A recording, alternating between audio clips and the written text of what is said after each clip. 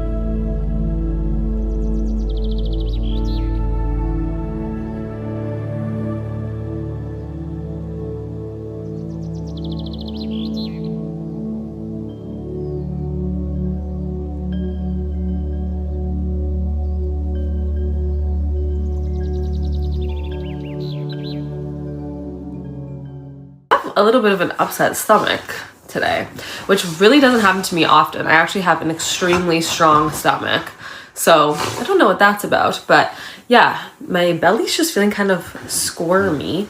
Also, I don't know if I love this color brown. Maybe actually on camera it looks a little bit better. In person it's like not my favorite brown. Anyway, it's kind of like a yellowy brown. Anyway, actually also these little pantaloons that I have on.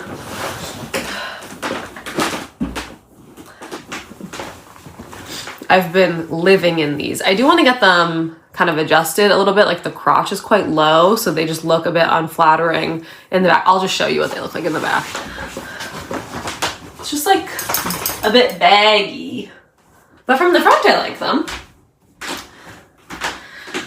Anywho, because my stomach is just feeling a bit blah, and I have done, I believe, all of the work that I had to do for the day, I'm gonna go and lay in the hammock with a pillow, and I'm gonna read The Hearing Trumpet by Leonora Carrington. I think I mentioned in another video that I bought this because I saw that the afterword was by Olga Tokarczuk, and I have been really enjoying this. It's very funny, and I actually think I could probably finish it today. Oh yeah, I don't even have that much left. So yeah, gonna sit in the hammock and read this. I'm so happy I started this after attempting Saving Agnes, which I just could not get into. I don't know what it was about that book. I just didn't love it. And then, what was the other one? Oh yeah, What Am I, a Deer by Polly Barton. Both of those books, I just was really not having a good time with them. So then I read Small Boat by Vincent Delacroix, I think is the author's name. And that I did quite enjoy. It was very distressing. Yeah, I had never really read anything like it. So that was, it was quite eye-opening. And yeah, now I'm reading The Hearing Trumpet. And my friend, who stayed with me for a couple of days, she brought me back this amazing bookmark. Look how beautiful this is. It's beaded.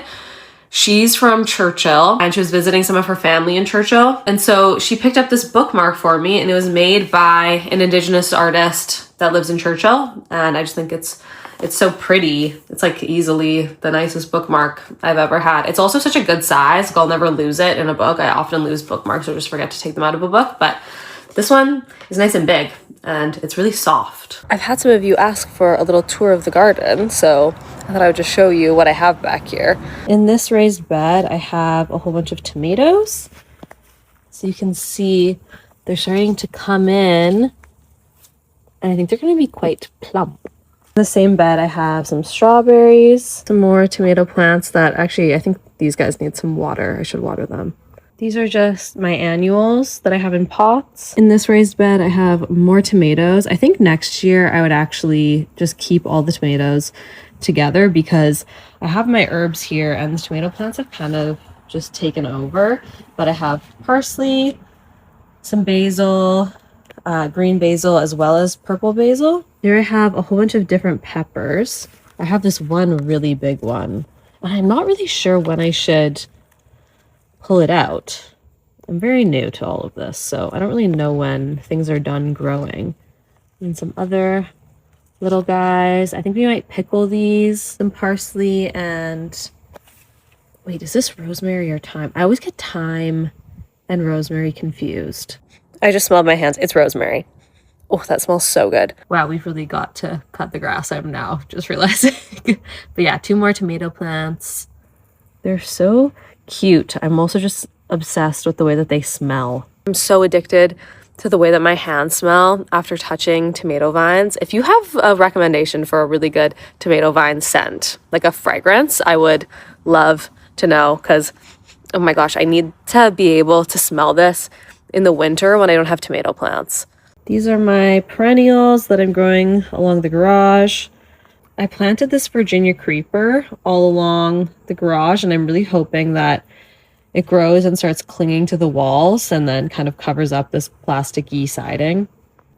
These are all tomatoes. Then we have a little combination of tomato plants, some mint, dill. I have a little lilac bush that I planted back here. And then these are my raspberries, as well as, I'm pretty sure that guy in the corner there is a haskap bush. It's either haskaps or it's a blueberry bush. Here we have the yellow beans and radishes. I finally just put in post so that the beans can start climbing, and I think they're going to start to do really well. They were kind of just like a tangled little jumble for a while, and I don't think they really had room to spread out and grow properly. In this one, we have some more strawberries, and then this is a cucumber plant, actually 2 cucumber plants. And then this is my flower garden. This is probably my favorite part. And I think I've kind of learned the most from this flower garden, just trying to figure out what will survive in this area, because it's a combination of direct sunlight and then over here there's a lot of shade.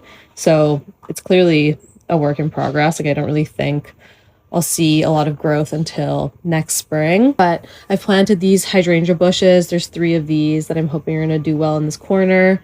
And then a big hosta that I'm hoping will get quite a bit bigger and take up some more space. But yeah, I love all the colors. I think it's really, really fun.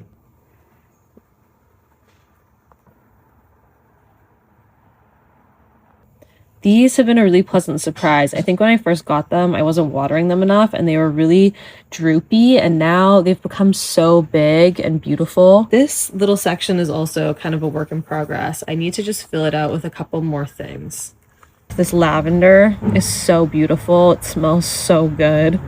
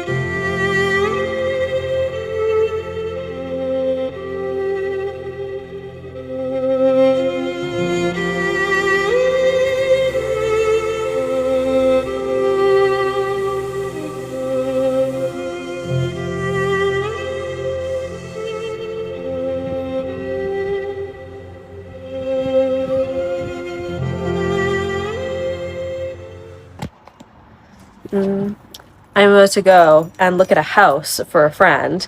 This is my childhood best friend. She lives in Toronto, and she just asked if I would go and look at this house for her in this really cool part of the city that kind of feels like it's in the woods a little bit.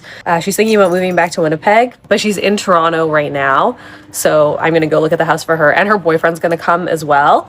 And then yeah, she might put an offer in on this house, which is kind of crazy because she'll have never seen it, but very exciting for me if she ends up moving back. But yeah, I'll show you the house. She asked me to film all of it, so I might as well just show you the house as well.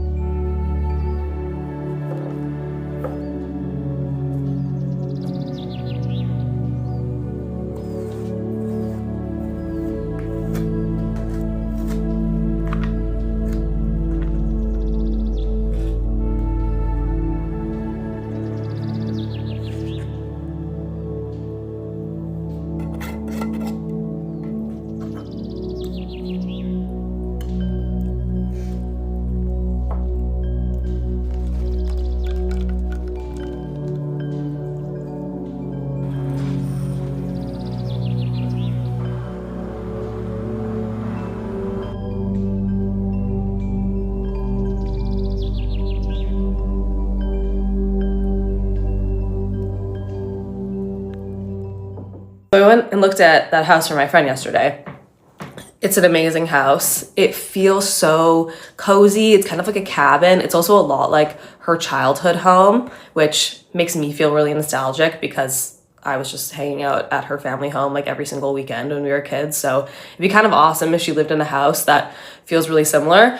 Yeah, I'm pretty sure she's gonna put an offer in today. Yeah, it's really exciting. Like, I obviously selfishly just want her to move back and then also have this house that she would love. But just for some extra context in terms of like buying houses in Winnipeg, because a lot of people, Eileen's being a guard dog. She does not like the postal workers. She actually just doesn't really like tall men that much, which I'm fine with. Okay, I just checked. She wasn't even barking at a man. She was barking at the neighbor's cat that's in our yard. And she loves cats, so I don't know what that was about. Anyway, I had a lot of questions when John and I bought our house about kind of like the housing market and what it was like buying a house. And so I just thought I would tell you, because I'm always pushing for more people to move to Winnipeg because it is such an affordable city. It is extremely different from buying a house in a major Canadian city. My friend, who lives in Toronto right now, the houses that she was looking at in Toronto, in the neighborhood that she lives in, so like Trinity Bellwoods neighborhood in Toronto, like Toronto proper kind of city center, those houses were like 1.2 million, and that's for like an attached home. And a lot of them are very beautiful, and then a lot of them need a lot of work. So yeah, I think she was kind of telling me that those houses were between like 1.2 and $2 million. In Winnipeg, Manitoba, you can purchase a home for like the kind of like starting rate is like 250,000, and that's for oftentimes like a 1-story house, probably 2 bedrooms, like 1 bathroom. And that's in neighborhoods that like I would love to live in, like pretty desirable neighborhoods, at least for like younger people. And then larger homes, like a 1.5 or 2-story home, really depending on the neighborhood and kind of depending on how old the house is, like 500,000 will get you an incredible home. So the house that I went to look at yesterday for her, that house is listed for $450,000. That's, I believe it was a 3 bedrooms, 1 bathroom, and incredible neighborhood. Yeah. If you're looking to purchase your first home and you don't have like $1 million, you should consider moving to a smaller city or Winnipeg, Manitoba, perhaps. Yeah, what else? Also, the other thing about buying in Manitoba is that there's a blind bidding system, which I thought was just the norm. Turns out it's not. And it's pretty annoying. I'm sure it has its benefits, but basically everybody that's interested in putting offers in on a home puts in the offers and nobody knows what anybody else is offering. So say a house is listed for $500,000, you could offer 520, but somebody else could offer 530 and outbid you, and you have no way of knowing until all of the offers come in. When we bought our house, I had said that we weren't really planning to buy a house. What I meant was really like, we wanted to buy a house. We did not think that our offer would get accepted because we just assumed that we'd always be offering too little. Like a lot of houses go for about like 100,000 over asking. So that wasn't the case with our house. We were just really surprised when we actually got it because we offered basically everything that we had. We balled out, and because we really, really wanted this house, but we didn't think that we had offered enough. And I think that happens to a lot of people. So a lot of people that we know who are looking to buy their first home have ended up offering on like 10 houses and then just getting outbid every single time. That's just kind of the one downside. Another thing I should mention, John and I bought the house together. So we had our combined incomes when we bought the house. We also, oh my God, there's so many things that people don't tell you about buying a house, but I think for a long time, I always thought that you had to put like 20% down to buy a house. And there's a lot of reasons why that's beneficial. That is not what we did. We only put down, I think it was 10%, and it didn't really make a big difference in terms of our monthly mortgage payments. And then I think my biggest tip for anybody that is looking to purchase their first home and is trying to save, invest all of your savings. Obviously, invest them responsibly because sometimes it is a bit of a gamble, but like, yeah, just invest your money. You might as well just have your money invested and see it growing because it's just sitting there in whatever it is, like an RRSP or a bank account. I literally just invest off of my phone. And I'm not an accountant, like I don't really know what I'm doing, but that is really the main reason why John and I were able to buy our house, is because we had all of our money invested, and it just happened to be a very good year for all of our investments, and all of our money grew pretty significantly. So yeah, I hope some of that helps. I've had a lot of questions about how we were able to buy our house, so I hope that kind of covered all of the things that you were interested in. Oh, also we put in an offer on one other house before our house. So we got outbid by an absolute landslide. I don't know if I've told you guys about that before. Like the people that got that house offered 120 over asking. And I think they paid with cash or something ridiculous. So like we had no chance of getting that house. Yeah. And then the house that we live in now was the second house that we put an offer in on. And it was us and one other person who put in an offer. And we're pretty sure that because the boiler in the basement was like 100 years old, that was a big part of the reason why not a lot of people put in offers on this house. And then we just replaced the boiler because it was 100 years old. But yeah, okay, that was like kind of a very non-linear explanation of home buying / advice, but I hope that that was helpful for anybody that's looking to purchase.